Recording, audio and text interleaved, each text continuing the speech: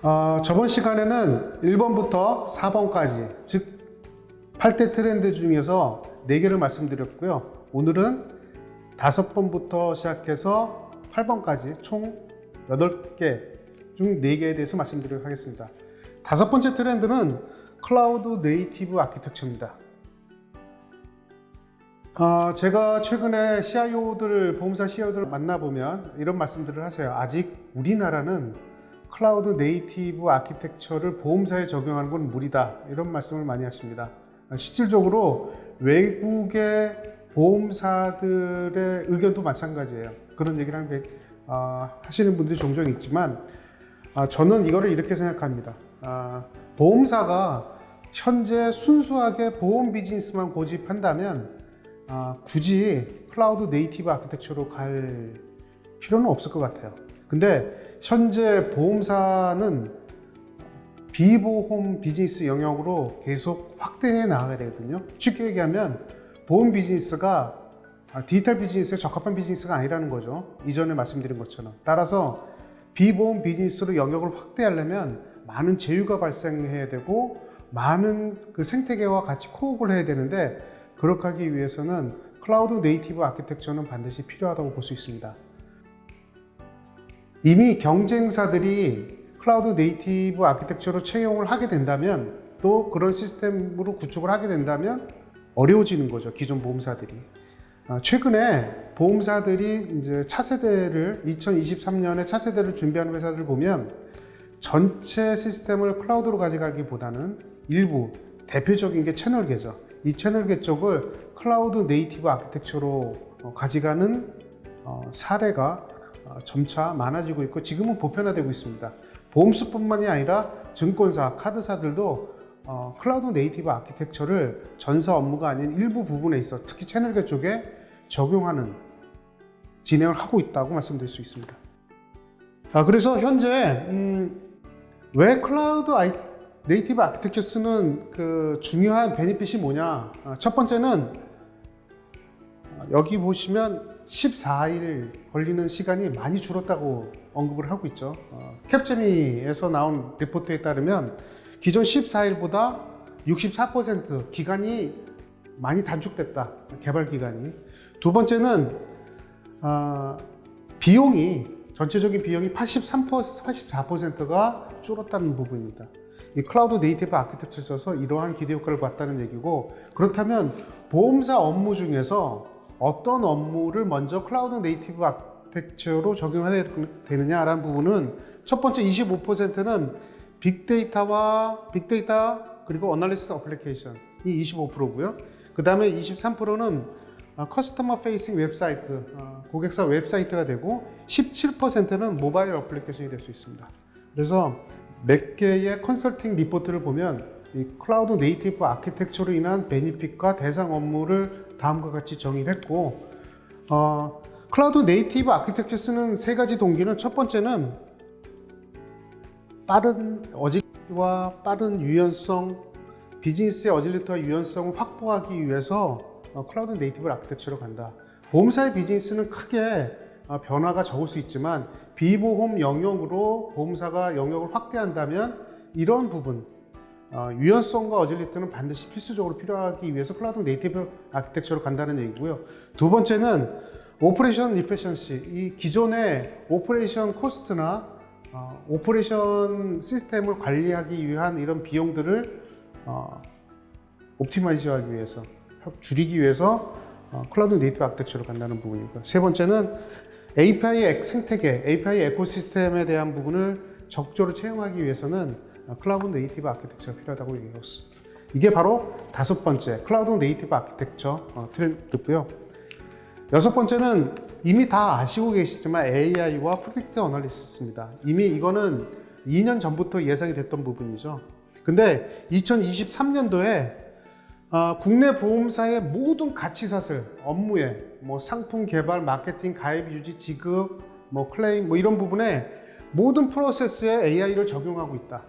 상위 보험사는 이미 AI 적용을 통해서 성과를 얻어서 전사 업무에 확산하고 있는 추세다. 따라서 2023년에 국내 보험사들은 AI를 전사 업무에 확대 적용하는 한 해가 될 것이라는 부분입니다. 인수, 언더라이팅이라든지 가격 책정, 청구, 클레임, 중요한 보험 업무 프로세스를 변화시키고 있다는 부분이고, 특히 머신러닝 같은 머신러닝을 활용함으로 인해서 청구 처리, 그 다음에 사기 방지, 보험사의 사기 방지를 할 수 있다는 얘기고, 일부 해외 보험사의 경우는 이러한 예측 모델링 분석을 통해서 손해율을 최대 9%까지 절감한 개선한 사례를 보이고 있다는 부분입니다. 그래서 6번째 트렌드, AI와 프레딕터 어널리시스를 활용한 부분은 계속 진행될 것이다. 네, 7번째 트렌드는 링크드 인슈런스 IoT입니다. IoT를 통해서 보험사의 비즈니스 모델을 개선시키는 이런 부분인데요. 보험사의 디지털 비즈니스의 시작은 사실은 현재의 사후 비즈니스 모델, 즉 자동차 사고를 당하면은 보험료를 주고 보험금을 주고요. 그 다음에 암을 걸리면 보험금 1,000만 원이든 2,000만 원을 주고, 이렇게 사후 약방이죠.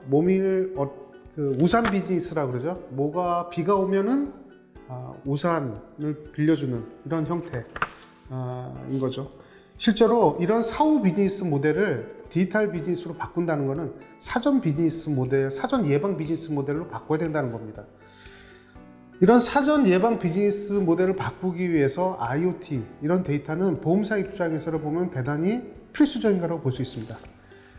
맥킨지 조사에 따르면 현재 약 초당 127개의 새로운 장치가 연결된다 그러고, 2023년에 430억 개의 장치가 연결됩니다. 이러한 연결된 장치로, IoT 장치로 인해서 많은 데이터를 확보할 수가 있는 거죠.